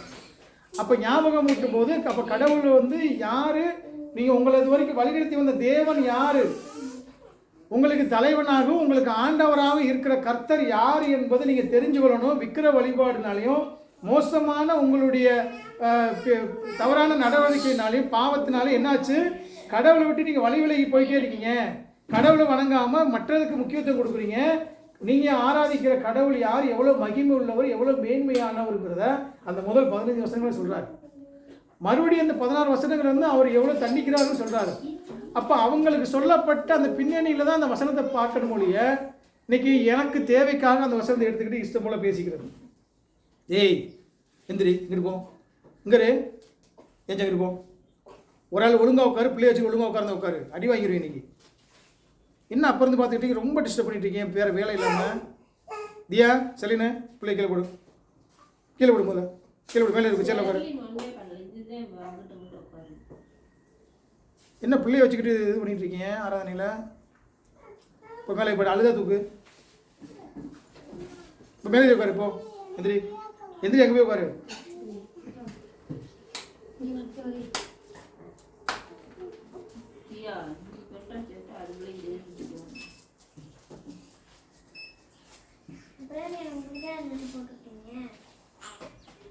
இன்னைக்கு இதே மனநிலை தான் எல்லாத்துக்கும். வந்து இந்த பிரச்சனையை வந்து உணரலைன்னு சொன்னால், புரியலைன்னு சொன்னால், நீங்கள் வந்து கிறிஸ்தவராக இருக்கிறதும் வேத வாசிக்கிறதும் தப்பு. ஏய் தியா உட்காரு, ஒழுங்கா உட்காரு, திரும்பி உட்காரு, சும்மா உட்காரு. இந்த இந்த ஏரோதுக்கு இருந்த மனநிலையும் இன்னைக்கு உலகத்தில் முழு உலகத்தில் உங்களுக்கு எனக்கு அந்த பிரச்சனை தான் இருக்குங்கிறத நீங்கள் உணரலைன்னு சொன்னால், நீங்கள் ஒரு கிறிஸ்தவனா கடவுளுடைய ஆளுகை உங்களால் ஏற்றுக்கொள்ள முடியாது, கடவுளுடைய ஆட்சியை ஏற்றுக்கொள்ள முடியாது, கடவுள் அங்கீகாரத்தை நீங்கள் முழுசுமையாக ஏற்றுக்கொள்ள முடியாது. இன்னைக்கு இதே பிரச்சனை தான் இன்னைக்கு எல்லா இடத்துலையும் இருக்கிறது. மோசமான துணிகரமான செயல், தனக்கு சாதகமான வசனத்தை எடுத்துக்கிட்டு கிறிஸ்தவர்களும் தங்களுக்கு விருப்பம் போல் தங்களுக்கு விருப்பமான வசனத்தை எடுத்துக்கிட்டு தங்கள் இஷ்டம் போல் சுயமாக பேசிக்கிற துணிகரமான செயல் தான். மனம் திரும்ப வாய்ப்பே இல்லாத துன்மார்க்கமான செயல். வேதம் அந்த பகுதியில் சொல்லப்பட்ட சத்தியத்தின் அடிப்படையில் நடந்துக்கிறது இல்லை. இஷ்டம் போல் பேசுறது, இஷ்டம் போல் நடந்துக்கிறது, இஷ்டம் போல் வார்த்தையில் எடுத்து யூஸ் பண்ணிக்கிறது. இது மிகப்பெரிய ஒரு மோசமான மனம் திரும்பாத துன்மார்க்கமான செயல்னு சொல்லி கடவுள் இதில் நிறைய இடங்களில் சொல்லிகிட்டே வரும்போது இதுலேயும் சொல்கிறாரு. ஏன் இது என்னன்னா, இந்த ஆளுகையை எனக்கு வச்சிருக்க சிங்காசனத்தை நான் எந்த நிலையிலையும் கடவுளுடைய சித்தத்துக்கோ விருப்பத்துக்கோ விட்டு கொடுக்க மாட்டேன். அவர் ராஜாதி ராஜாவாக இருதயத்தில் ஒரு ஆண்டவராக நான் ஆளுகை செய்கிறேன்னு சொன்னால், அவருக்கு அடிமையாக நான் கீழ்ப்படிந்து அவருடைய ஆளுகைக்கு என்னை ஒப்பு கொடுக்க விடுறதில்லை. நான் தான் ராஜா, என்னுடைய ஆளுகைக்குள்ளாக அவரை எப்படி ஏற்றுக்கொள்ள முடியும்? எனக்குள்ள சிங்காசனத்துக்கு நான் விட்டு கொடுக்காத முக்கியமான ஒரு நிலை தான் இந்த நிலை. இன்னைக்கு எல்லா மக்கள்கிட்ட இருக்கிற மனநிலை. இது ஒவ்வொரு இடங்களையும் இப்போ ஒரு இது எங்கெங்கே நடக்குதுன்னா, இங்கே மட்டும் இல்லை, விசுவாசிட்டு மட்டும் இல்லை, இருக்கிற சர்ச்சில் ஒரு பாஸ்டர்கிட்ட போய் ஒரு கேள்வி கேட்டு பாருங்களேன். என்னை எதிர்த்து எப்படி கேள்வி கேட்கலாம்? நீங்கள் செய்கிறது வேதபூர்வமான தவறுன்னு சொன்னாலும், வேதத்தின் அடிப்படை தவறுன்னு சொன்னாலும், அதை எப்படி நீ என்னை கேள்வி கேட்க முடியும்? இன்றைக்கி ஒரு விசுவாசியிலேருந்து சாதாரண மனிதனிலிருந்து இருக்கிற மோசமான இந்த சிங்காசனத்தை தனக்குத்தானே போட்டு வச்சுருக்கிறோம். இந்த சிங்காசனத்தை யாரும் விட்டு கொடுக்குறதாவே இல்லை. இது எவ்வளோ பெரிய மோசமான பின்மாற்றமான கடவுளுக்கு பிரியமில்லாத எவ்வளோ துன்மார்க்கமான செயலுங்கிறத இந்த ஏரோது பிரதிபலிக்கிறான். அந்த ஏரோது இதுக்காக என்ன விலை கிடைக்கும் செய்ய பார்க்குறான். அன்றைக்கி பிறந்த 2 வயசு குழந்தை எல்லாம் கொள்றான்னா, இப்போ நீங்கள் நானும் இந்த சிங்காசனத்தை பாதுகாக்கிறதுக்காக எந்த எக்ஸ்ட்ரீமுக்கு போவோம்? இதை பாதுகாக்கிறதுக்காக எவ்வளோ துணிகரமான பாவமான செயலாக இருந்தாலும் நீங்கள் நானும் செய்வோங்கிறத கடவுள் நம்மளுக்கு சொல்லிக் கொடுக்குறாரு. அதனால தான் மறுபடி அவர் சொல்கிறாரு, நம்ம நிறைய இடத்துல சொல்கிறாரு, வேதத்தையும் தன் விருப்பத்தையும் தன்னுடைய இச்சைக்கு ஏற்றபடி புரட்டுவது, தன்னுடைய விருப்பத்துக்கு ஏற்றபடி வேதத்தை பயன்படுத்துறது வேத புரட்டுன்னு சொல்லி நிறைய இடங்களில் கடவுள் வேதம் எச்சரிக்குது. கடவுள் இதை மறுபடியும் நம்மளுக்கு வந்து வெளிப்படுத்திகிட்டே இருக்கிறார். ஆனாலும் நம்ம மனம் திரும்புறதே இல்லை. அதனால தான் இப்போது நீங்கள் இந்த இதில் புதிய ஏற்பாட்டில் வசனத்தில் பார்த்தாலும் அதே தான். இந்த 1 யோவானில் படிச்சிங்கன்னா என்ன வரும்? 1 யோவான் 1:8 படிக்கிறாள்.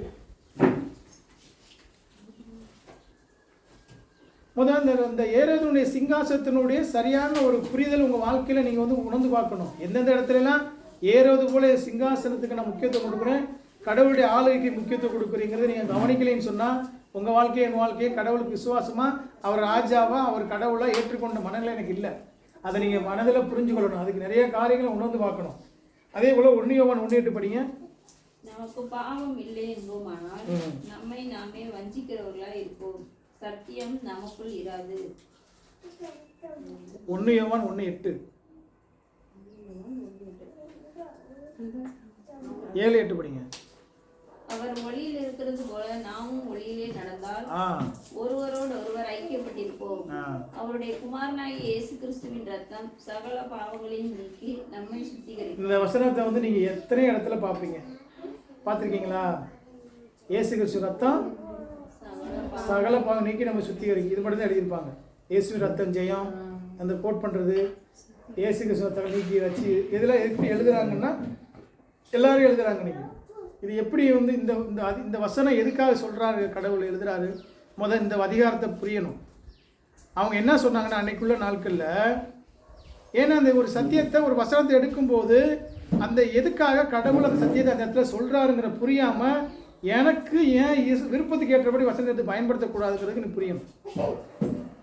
அன்னைக்கு என்ன பண்ணாங்கன்னா கடவுளை எல்லாரும் அணுக முடியும், கடவுளை எல்லாரும் தொடர்பு கொள்ள முடியும், பாவம் எனக்குள்ளே இருந்தாலும் பாவத்தோடையும் நான் கடவுளை உணர முடியும். அவங்க என்ன சொன்னாங்க, பாவத்தோடையும் நான் கடவுளோடு உறவாட முடியும், உணர்ந்து கொள்ள முடியும். அதனால பாவங்கிற பிரச்சனை இல்லை, கடவுளோடு எல்லாரும் ஐக்கியப்பட முடியும் அன்னைக்குன்னு சொல்லி அந்த நாஸ்டிஸ்க கோட்பாடு இருந்தது. அந்த நாத்திக கோட்பாடுக்குள்ள கடவுளை எல்லாரும் உணர முடியும், அனுபவிக்க முடியும், கடவுளோடு எல்லாரும் தொடர்பு கொள்ள முடியும்னு சொல்லும்போது அப்போ அவர் சொல்கிறார், யோவானு நீங்கள் அந்த 7ஆம் வசனத்தை மறுபடியும் படிங்களேன். அவர் சொல்கிறாரு, பாவம் உள்ளவனும் பாவியான மனுஷனும் கடவுளோட உறவாட முடியாது. எங்கே சொல்கிறாரு? 7ஆம் வசனம் மறுபடியும் படிங்க. அவர் ஒளியில் இருக்கிறது போல ஒளியிலே நடந்தால் நாம் அவர் அந்த முதல்ல வந்து கண்டிஷன் இதுதான். இதை கண்டிஷன் அவர் ஒளியில் இருக்க போது நீ ஒளியில் நடக்கணும். அப்போ தான் நீங்கள் அதுக்கு பின்னாடி தான் உங்கள் இயேசுக்கு ரத்தம் சகல பாவம் செய்கிறது. இயேசுக்கு ரத்தம்னா இதை நீங்கள் செய்யாமல் இது நடக்காது. அப்போ இந்த பின்னணியோட அந்த சொல்லப்பட்ட முரண்பாடோட அந்த கடவுள் கொடுக்குற அந்த எச்சரிக்கையோட கடவுள் அதை கொடுக்குற என்ன சொல்கிறது, அந்த ஒரு கண்டிஷன் அப்ளை இது சொல்லப்போனால் இது செஞ்சால் இது நடக்கும். ஆனால் இது மட்டும் நான் சொல்லிக்கிட்டே இருந்தால் நடக்குமா? எனக்கு இன்றைக்கி இப்படி தான் இன்றைக்கி நடக்கிற நிறைய இது மாதிரி நிறைய கோட் பண்ணலாம். ஒவ்வொன்றுக்கும் ஒவ்வொரு இடங்கள் இருக்குது. ஏன் உங்களுக்கு உபாகம் எடுத்து சொன்னேன், இந்த வசனம் ஏன் சொல்கிறோம்? ஒவ்வொன்றுக்கும் கடவுளுடைய ஆளுகைக்கு ஒப்பு கொடுக்காமல் கடவுள் உதடுகளால் என்ன, இதனால கடவுள் நிறைய இடத்த சொல்கிற உதடுகளால் என்னை ஆராதிக்கிற இருதயமும் என்னை விட்டு தூரமாக இருக்குன்னு சொல்லி அவங்க நல்லா ஆராதிக்கிறாங்க. ஆனால் இருதயம் எனக்குள்ளே எந்த விதத்துலையும் கனெக்ட் ஆகல, என்னோட இல்லையே அப்படின்னு சொல்லி நிறைய இடத்துல அவர் சொல்கிறார். ஆண்டவராக இயேசு கிறிஸ்து ராஜாதி ராஜா வர்றாரு. நீங்கள் கவனிச்சிங்கன்னா முடிக்கிறேன், இதை முடிக்க போகும்போது ஒன்று கவனிங்க. இந்த ராஜாவுடைய ஆளுகையை நான் எதெல்லாம் ஏற்றுக்கொள்ளாமல் இருக்கேன்னு சொல்லி நீங்கள் சிந்திச்சு பாருங்கள். ஏற்றுக்கொள்ளாமல் இருக்கிற நீங்கள் உணர்ந்து பாருங்கள். ராஜாதி ராஜாவா அவர் வந்து பூமியில் மனுஷனாக வந்துட்டு எருசலேம் நகர வீதியில் அவர் எங்கே அந்த இதில் போன கழுதை குட்டியில் வந்து அவர் வந்து ராஜாவாக எல்லாருக்கும் முன்பாக டெலிபரேட்டாக தெரியப்படுத்த போகிறாரு. அதுக்கு என்ன பண்ணுறாரு, முதல்ல 21 அதிகாரத்தில் அந்த 4ஆம் வசனம் தான் அந்த மத்தேயுடைய மைய வசனம். மத்தேயுடைய மைய வசனம் பார்த்தீங்கன்னா 21 அதிகாரம் 4-5 வசனம் தான். எடுங்களேன் ஒரு ஆள். 21 இந்த அதிகாரத்தினுடைய முக்கியமான வசனமே அதுதான். இதுதான் அந்த இந்த வசனத்தை தான் வந்து என்ன முழு அதிகாரத்திலையும் யார் மத்தேயு எழுதுறாரு, இதை நிரூபிக்கத்தான் எழுதுறாரு. இந்த நிரூபிக்க என்ன சொல்றாரு, இதோ உன் ராஜா சாந்த குணம் உள்ளவராய் கழுதையின் மேலும் கழுதை குட்டையை மறியின் மேல் ஏறிக்கொண்டு இருக்கிறார், சீயோன் குமாரத்தை சொல்லுங்கள். என்ன சொல்றாரு, ராஜா அவர் வருகிறார் என்று சீயோன் குமாரத்துக்கு சொல்லுங்கள். அவர் எதில் வராங்கிறது முக்கியம் இல்லை, உன்னுடைய ராஜா நீங்கள் எதிர்பார்த்த ராஜாதி ராஜா நித்தியமான ராஜா அவர் வரப்போகிறார் என்று குமாரத்தி இஸ்ரவேல் ஜனங்களுக்கு சொல்லுங்க. இஸ்ரவேலுக்கு யூதர்களுக்கெல்லாம் அவர் தான் ராஜான்னு அவர் அறிவிக்கிறார். அப்போ அறிவிக்கும் போது அங்கே என்ன சொல்கிறாரு, முதல் வசனங்களில் நல்லா கவனிச்சிங்கன்னா 21 அதிகாரம் முதல்ல 1-10 வரைக்கும் என்ன நகரத்துக்குள்ளே வர்றாரு. அந்த எருசலேம் நகரத்துக்குள்ளே ராஜாவாக தன்னை நிரூபிக்கிறார். அதுக்கடுத்து பார்த்தீங்கன்னா 21 அதிகாரம் 11 வசனத்துலேருந்து 15 வசனம் வரைக்குமே எங்கே இருக்கிறாரு? தேவாலயத்துக்குள்ளே போய் அந்த புறா வைக்கிறவங்களாம் காசு கடைகளை விரட்டிட்டு தேவாலயத்துக்குள்ளே ராஜாவாக நிரூபிக்கிறார். இந்த அதிகாரத்தை நீங்கள் முக்கியமாக கவனித்து தான் படிக்கணும், சும்மா படிக்கக்கூடாது. 1லேருந்து 10 வரைக்கும் முழு எருசலேம் நகரத்துக்குள்ளேயும் ராஜா வர்றாரு. அது 11 வசனத்துலேருந்து 15 வசனம் வரைக்கும் அவர் அந்த தேவாலயத்துக்கும் ராஜாவாக வர்றாரு. அதுக்கடுத்து அது 21 அதிகாரத்தில் 17லேருந்து 20 வரைக்கும் படைப்புக்குள்ளே ராஜா வர்றாரு. படைப்புக்குள்ளேன்னா அத்தி மரத்தை பார்க்குறாங்க, கனி இல்லாமல் இருக்கிற சபிக்கிறவனே சபிப்பட்டு போகும். அதுக்கும் அவர் தான் ராஜா, படைப்புக்கும் அவர் தான் ராஜா, தேவாலயத்துக்கும் அவர் தான் ராஜா, முழு உலகத்துக்கும் அவர் தான் ராஜா. அவர் அந்த ராஜான்னு சொல்லும்போது எல்லா நேரங்களையும் தன்னை ராஜாவை அவர் நிரூபிக்கும் போது அவர் எதிர்த்து கேட்குற முக்கியமான ஒரே கேள்வி என்ன? உமக்கு இந்த அதிகாரத்தை கொடுத்தது யார்? இன்னைக்கு உங்களும் நானும் கேட்குற, நீங்களும் கேட்குற வேலை ஒரே கேள்வியாக தான். கடவுளுடைய ஆளுகையும் அவருடைய சித்தமும் அவருடைய விருப்பமும் அவருடைய வார்த்தை கீழ்ப்படியாமல் நம்ம எதிர்த்து உமக்கு யார் இந்த அதிகாரத்தை உங்களுக்கு எனக்கு கொடுத்தது, என்னைய ஆளுகை செய்கிறதுக்கு உங்களுக்கு நம்ம சொல்ல மாட்டோம்.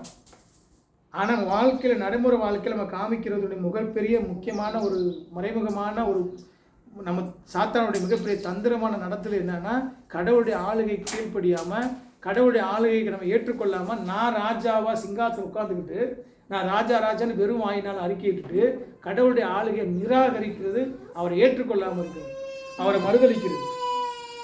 இது உங்கள் வாழ்க்கையில் இன்னைக்கு அவர் கேட்குறவர் நல்லா 24 அதிகாரத்தில் 11 வசனம் பாருங்கள், 15 வசனம் பாருங்கள், 23 வசனம் பாருங்கள். 3 வசனங்களையுமே கேட்குறாங்க. உமக்கு ராஜான்னு யார், உங்களுடைய யார் இந்த அதிகாரத்தை நமக்கு கொடுத்தது? 3 தடவையும் கேட்குறாங்க. அவர் நகரத்துக்குள்ளே வரும்போதும் கேட்குறாங்க, தேவாலயத்துக்குள்ளே வரும்போதும் கேட்குறாங்க. 23 அதிகாரத்துலையும் அவர் சொல்லும்போது ரொம்ப தெளிவாக, யாரையும் உங்களுக்கு அதிகாரத்தை கொடுத்தது? கடவுளுடைய ஆளுகையை நிராகரித்து கடவுளை ஏற்றுக்கொள்ளாமல். ஏன் இன்னைக்கு இவங்க ஏன் இன்னைக்கு எல்லாரும் என்னை மதிக்கணும்? நீங்கள் எல்லாரும் என்னை மதிக்கணும். ஏன் அந்த ஆளை விட்டு கொடுக்க மாட்டாங்க? எல்லாரும் என்னை மதிக்கணும், எல்லாரும் என்னை விரும்பணும், எல்லாரும் நேசிக்கணும். எல்லாரும் எனக்கு வேறுக்காவது எனக்கு பிடிக்கலைன்னா, யாருக்காவது எனக்கு பிடிக்கலைன்னு சொன்னால் அவங்களுக்கு மேலே நான் எதிர்த்து நிற்கிறது, அவங்க மேலே நான் துர்பயோகம் பண்ணுறது. இது எல்லா காரியத்திலையும் என்னுடைய அதிகாரம், என்னுடைய உரிமை எனக்கு தான் வேணும்.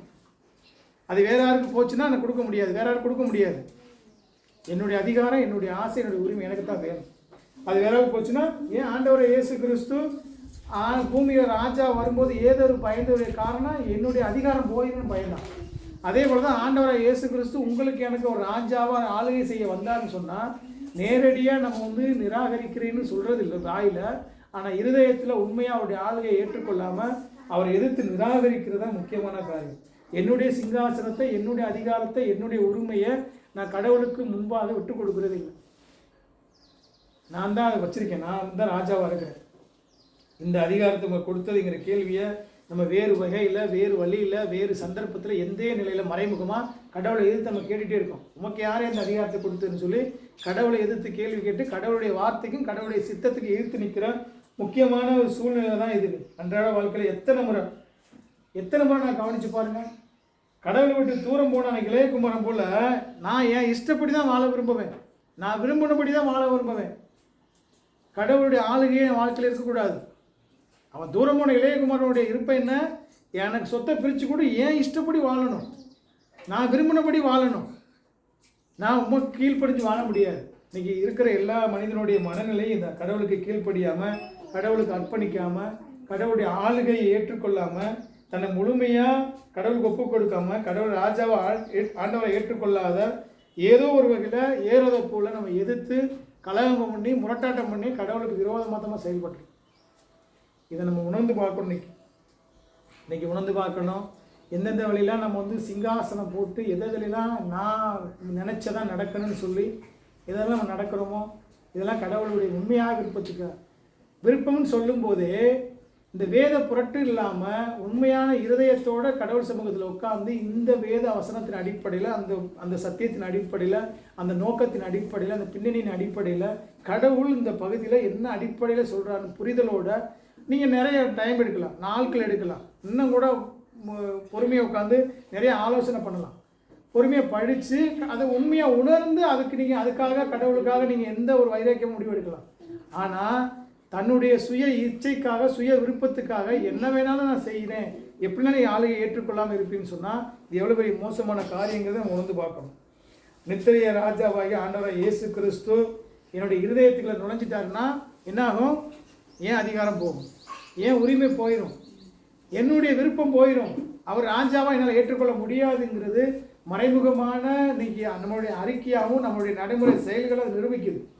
ஆனால் வாயில் சொல்லும்போது நான் ராஜான்னு சொல்லிட்டு என்னுடைய நடைமுறை செயல்களை என்ன சொல்லுது? அவருடைய ஆளுகையை நான் ஏற்றுக்கொள்ளாமல் அவருடைய ராஜாவா இன்னும் நான் அவர் சிங்காசனத்தை நிராகரிக்கிற, அவரை எதிர்த்து கலவகுணம் பண்ணுகிற, அவரை விரோதிக்கிற ஒரு மனநிலை தான் இன்னைக்கு இருக்கோ இல்லையா?